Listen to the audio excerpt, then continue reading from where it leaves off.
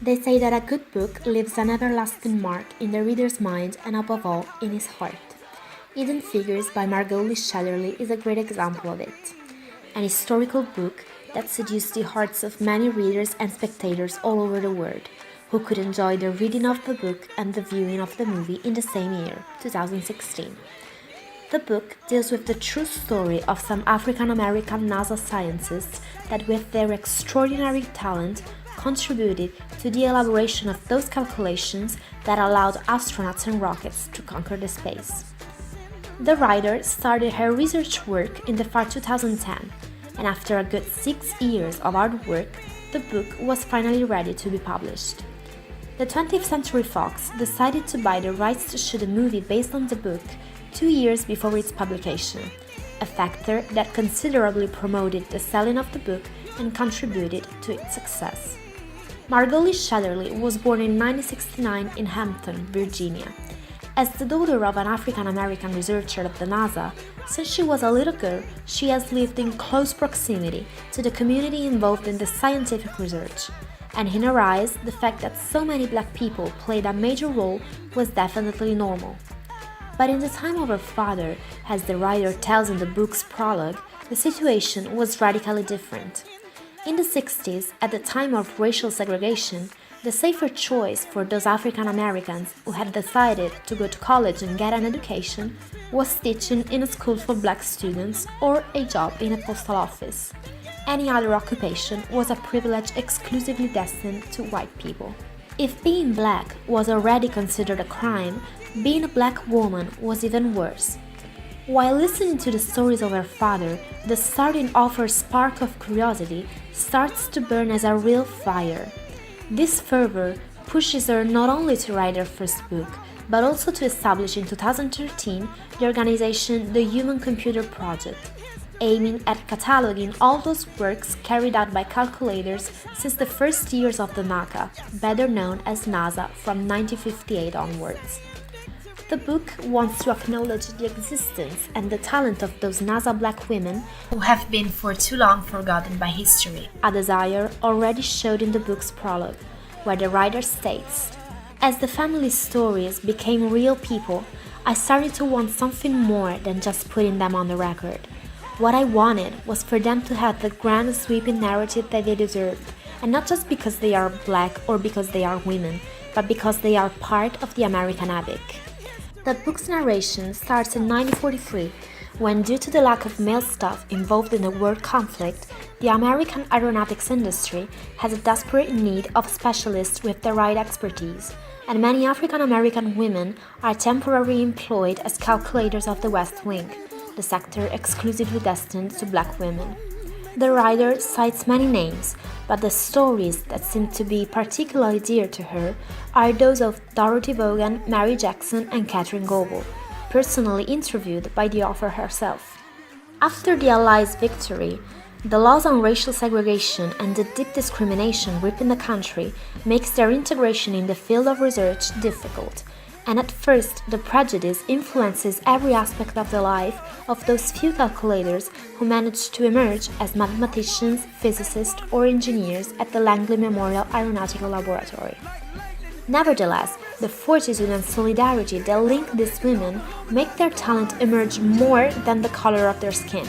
The signs indicating the bathrooms, offices, or the canteen table reserved to black people gradually disappear until a sort of parallel reality is established, a reality where white and black people cooperate for the same goal: defeat the Soviet Union in the race for space.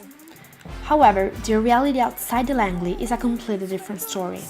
Outside the office, those little achievements and that trace of equality seem to be insignificant compared to those evident discriminations black people are victim of in everyday life. From demonstrations of students who are denied the admission to the best colleges of the country to the impossibility of pursuing some careers. The launch of the Russian satellite Sputnik starts the frenetic race against time, where the Cold War between USA and Soviet Union is stronger than ever, and President Kennedy poses as the next stop, the moon. In a voyage of about 3 decades, Margot Chatterley gives the reader a detailed report of the American reality of the 20th century, and of the discoveries of those African American women that with their intellect managed to gain their space in the scientific world and pave the way for all those women whose only aim was to live their dreams. From the Second World War to the landing of Neil Armstrong to the moon, the reader discovers the shocking reality of a world torn apart by hatred and discrimination, through a more than detailed description. As regards the movie adaptation, Theodore Melfi's direction is perfect, and the loyalty to the book emerges scene after scene. Since the movie must resume 283 pages in a movie of about 2 hours, the narration doesn't start in 1943, but in 1961, and the entire story focuses on the three main characters, Dorothy, Catherine, and Mary. Contrary to the book then, where the author analyzes thousands of achievements in the aeronautics field accomplished with the help of Westman calculators, in the movie the main events that are taken into consideration are three: the launch of the first American satellite, the journey of John Glenn in the Earth orbit, and the moon landing of Armstrong. In order to describe at its best the intensity of the racial discrimination of that time, some movie scenes particularly insist on elements that are quite irrelevant in the book. An example of this is the issue of the bathroom for Catherine. After having left the group of the West Wing to be a mathematician of the Flight Research Division, the Catherine Goebel of the movie, contrary to her literary counterpart, suffers a lot for the racial discrimination in her office. Considerable importance is given to the fact that in that area of the Langley there isn't a bathroom for black people, and the closest one is almost 1 kilometer far from the office, a situation that forces her to leave her job for nearly 40 minutes a day. In reality, in the book the same episode is lived by Mary Jackson and not by Catherine Goebel, and none of the two shows this sense of segregation.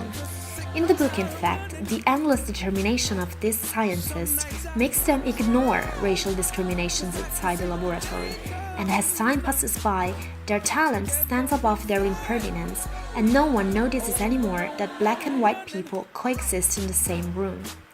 Obviously, it is easier to express the strength of segregation in the book rather than in the movie, where it is impossible not to change something.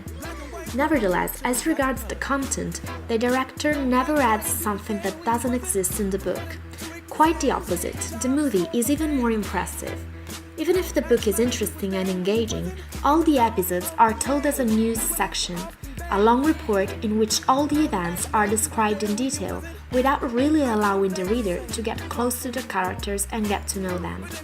In a good 283 pages, in fact, there is not even one dialogue between these people, who risks to blend in an endless list of names.